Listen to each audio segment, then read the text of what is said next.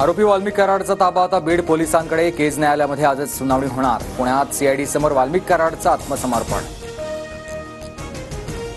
बीड सरपंच हत्या प्रकरणात आरोपी फासावर लटकेपर्यंत स्वस्थ बसणार नाही. प्रत्येक दोषींवर कारवाई करणार. गुंडांचं राज्य चालवू देणार नाही. मुख्यमंत्री देवेंद्र फडणवीसांची ग्वाही.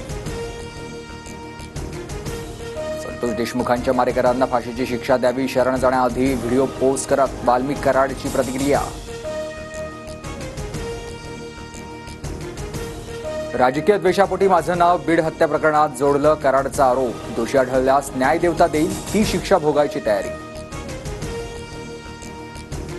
माझ्यावरील खंडणीची खोटी फिर्याद दाखल. वाल्मिक कराडनं खंडणीचे सर्व आरोप फेटाळले.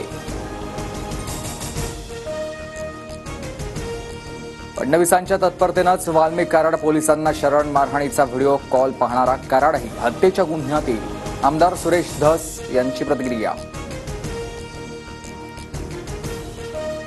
गुन्हेगार जर स्वतःहून शरण येतात मग पोलीस यंत्रणा काय करते? संतोष देशमुखांच्या मुलाचा सवाल.